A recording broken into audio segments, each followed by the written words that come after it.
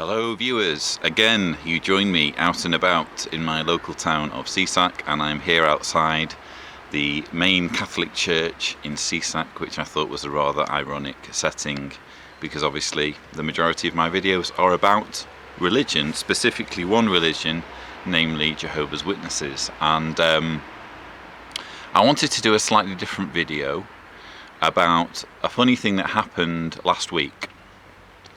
So this this strange story involves a mouse and a box, and it goes something like this. I was sat at my computer, as I am most days, you know, checking up on Facebook, you know, browsing, that kind of thing. I heard this rustling noise. Now bear in mind, where I live in Croatia, we have quite bad rodent problems. So much so that we recently had a van turn up outside our house, and these guys in white coats get out, and they were handing out free mouse and rat poison for free, just because it's so bad in our area. And then one night, this is about a year or so ago now, one night my wife and I were woken up by this rustling noise above our heads, and my wife is absolutely terrified of rats and mice. In fact, she has what I would call an irrational phobia of them. She's more afraid of mice than she is of snakes, which I don't think is quite balanced. Sorry, darling. But anyway, we were woken up one night by this rustling above our heads.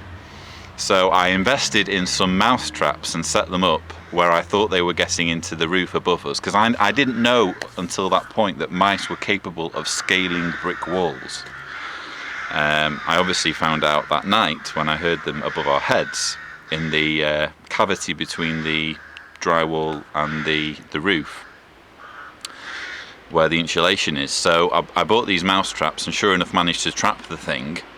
And so anyway, that's just to give you a bit of background. And then going back to where I was at my computer, and there was a rustling coming from a box.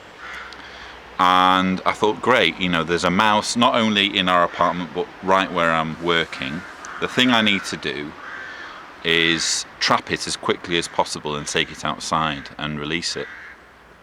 So I pounced on the box. With ninja speed, I closed the wooden flaps like they do on the Bethel videos when they're packing books. Ninja speed.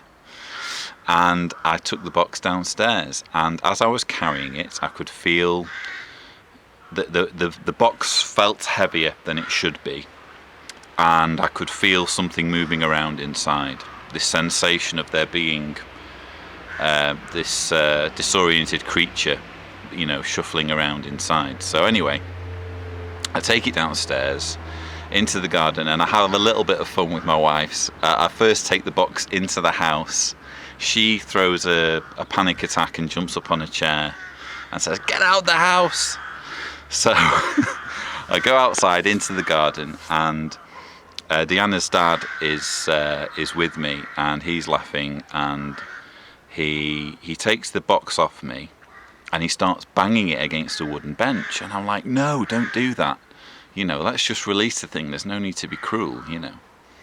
So anyway, he's got a big smile on his face, and he opens the box to peer inside. And he laughs, and I'm saying, you know, what are you laughing at?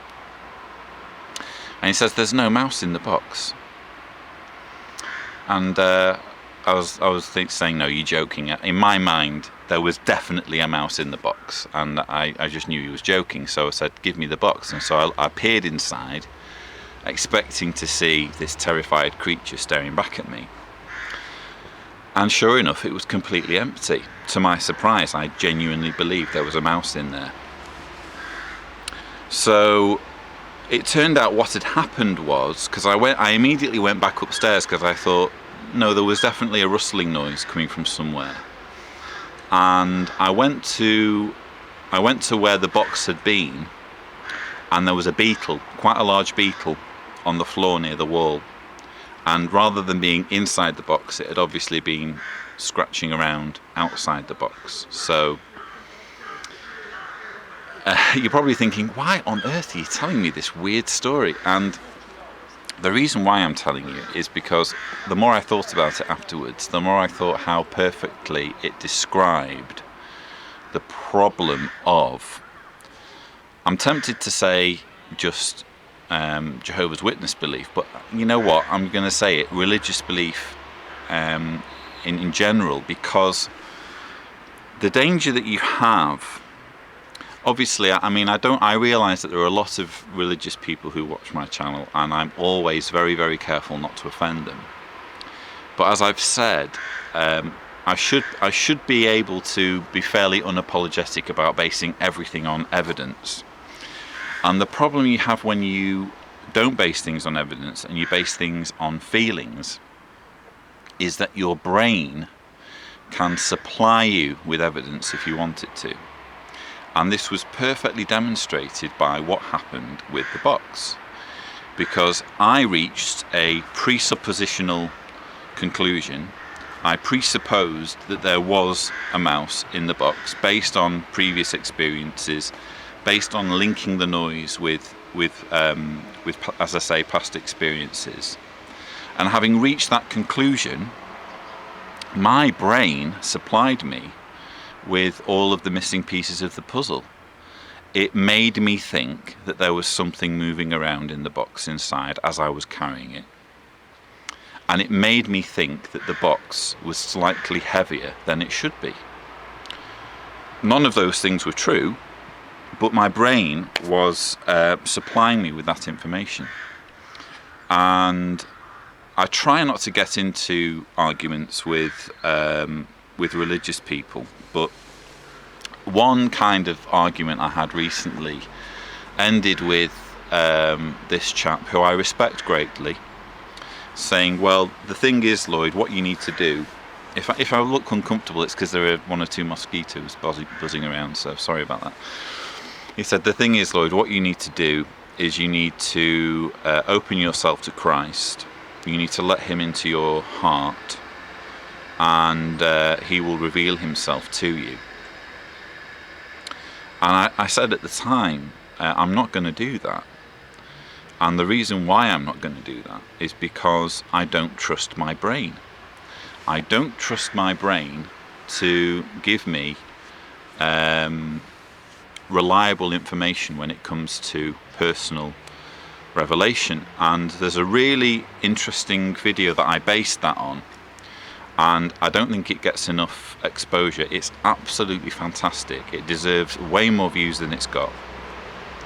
And you'll find it on a channel called Ask Reality. Now, Ask Reality is a brilliant channel by a chap called Chris Johnson, who is a former Mormon, and he's done a series of videos to explain how he woke up from Mormonism. And in the latest of these videos, it's part 8, he talks about basically personal revelation and the fact that this is such a big component of Mormon belief. You're supposed to read the Book of Mormon, and the Holy Spirit is supposed to give you testimony that this is the truth. And he compares that with other religions, and it's very clever how he's done it. He's shown a number of different religions, including some pseudo-Christian cults, Alan Miller, that kind of thing, and Islam. So he shows Muslims talking, and they're all saying the same thing, that they've prayed or they've spoken to God, and God's given them the assurance that this is the right religion. And I just think that if you're going to be religious, and I'm not decrying people who are religious by any means, whatever gets you to sleep at night, honestly, if religion makes you happy and makes you feel positive, then that's great. But the thing is, it really does help if you base things on evidence. And if nothing else, I'm hoping that this video will help you to understand that just because something is evidence for you doesn't mean it's evidence for everyone else. So it probably wouldn't be wise to think, well, I had a vision, I had a revelation, the Holy Spirit revealed itself to me, and blah blah blah. that works for you, but it's probably not going to work if you share that with somebody else, such as myself. So whether that's helpful or not, I don't know. I just thought that was a really interesting little story to share, and it made me think quite a lot afterwards, and it continues to make me think, because it's quite scary what the brain's capable of doing once you've reached an assumption. And yeah, I'm prattling now. So I hope you've enjoyed this video, and thank you for watching.